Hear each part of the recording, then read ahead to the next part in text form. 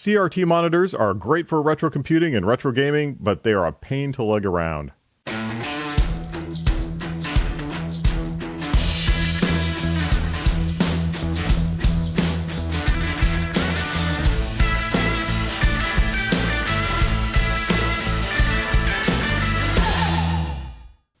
Welcome to Gadget Blues. This is KC, and today we have a quick riff on a monitor that I think is excellent for retro computing and retro gaming meetups, and that is the Vizio E24-C1.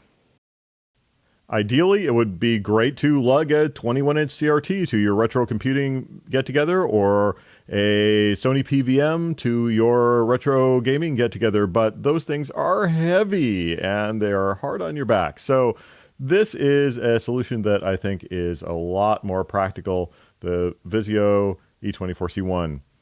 This particular model has been discontinued but is still on sale. It has been replaced by the D24-D1, which looks to have exactly the same feature set, just in a slightly different cosmetic form factor.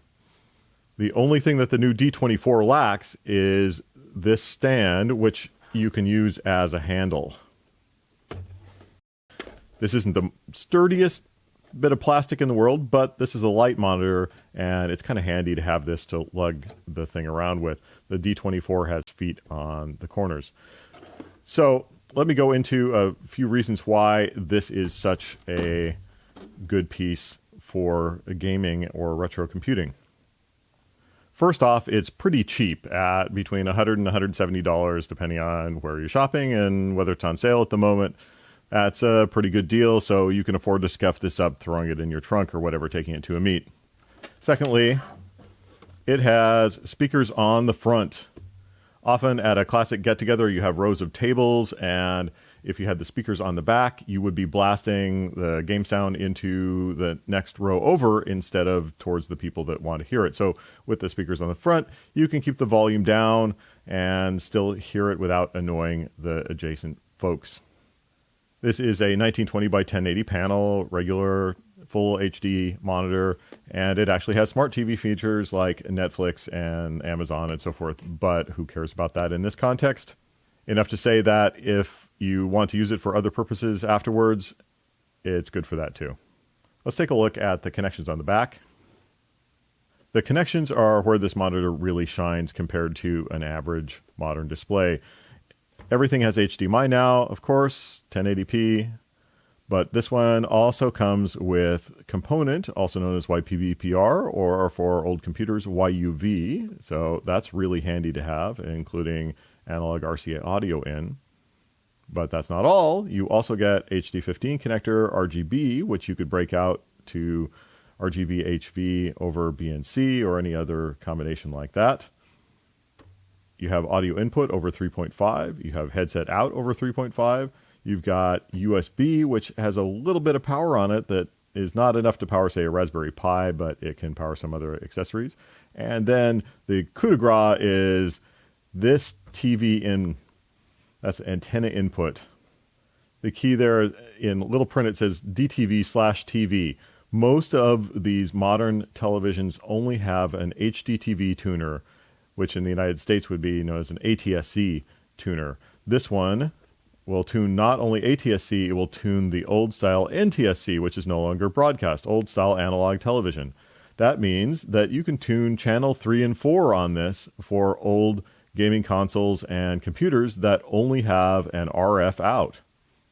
Not only that, but unlike some other sets that do have an NTSC tuner, this one does not require you to scan for channels in the menu. You can just go into the menu and add a channel. You go in there and say, add channel 3, and channel 3 will work. So no hassle whatsoever to get channel 3-4 tuning on this. The only minor quibbles I have is that A, it uses this funky power cable, which is a common design, but nowhere near as common as the version that has rounded edges on both ends. So if you lose the cable, you're going to have to go to an electronics store to find a replacement.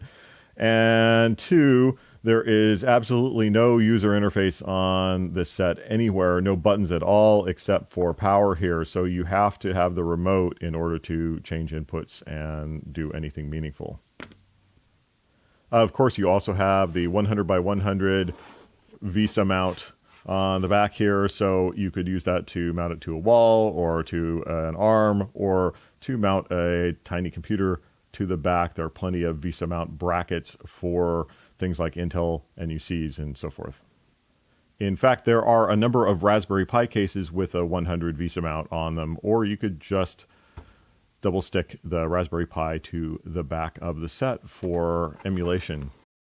As I mentioned, that USB port doesn't pull enough power to power a Raspberry Pi. However, you always have to carry a power strip to your retro meet anyway. And so I take one of these trip lights that has 2.1 amp USB on the end, and you can use that to power your Raspberry Pi or any other USB accessories you may desire. Now, the TV, of course, has an F-barrel connector on the back, which virtually all US TVs use for their antenna input. So I use a coax cable. Coax cable is much better than an unshielded cable for RF, so I strongly recommend coax. However, a lot of the retro machines have RCA out for the RF out, so you want to have one of these RCA to F adapters. These are a buck or two at your local electronics store or eBay. So just put that on your coax cable and you're good to go. The reason you want to use this instead of the other way around, in other words, adapting the back of the set to an RCA female, is because you want as much of this to be shielded on the way from the computer or console to the TV as possible to avoid interference. So here we have the Radio Shack TRS-80 Color Computer 1 running Dungeons of Daggerath, the legendary first-person dungeon crawler. And you can see that the Vizio deals with a 4:3 aspect ratio just fine. Please don't judge the quality of the picture here on the Vizio based on the output from the Coco 1, because the Coco 1 has notoriously bad output quality and color palette, but it does a good job with what it's fed. Here is the Vizio interface for adding analog channels. You just set the channel source to antenna and do add analog channel, enter the channel number, and you're good to go. Also note that the Vizio has an anti-reflective coating, which is very nice for this application because you will be in a room full of bright lights and people moving about and so forth, and it will be easier to see everything with anti-reflective. Obviously, there's some reflection. This is the worst possible angle with the camera to see the reflection, but this is much, much better than the average television, which will have a completely glossy screen on it and would be very difficult to see in a typical meetup environment. And of course, with HDMI, it's fully compatible with RetroPie and Emulation Station. That all works just great and looks terrific. So that's our look at the Vizio E24-C1, a great monitor for retro gaming, retro computing. It checks all the boxes in terms of inputs and features. It deals with 4:3 resolution. It's got that analog NTSC channel 3.4 input, which is really handy in addition to component and RGB and HDMI. And clearly, it would work even better if you paired it with a terrific scaler like the FrameMeister, but these things are getting rare and expensive as all heck. So it does a good job just by itself, and I would not feel embarrassed to show any great retro games to folks using this monitor. I hope this quick review helped you choose a monitor for your retro needs and that you find this to be helpful. Please like and subscribe, and we will see you in the next Gadget Blues.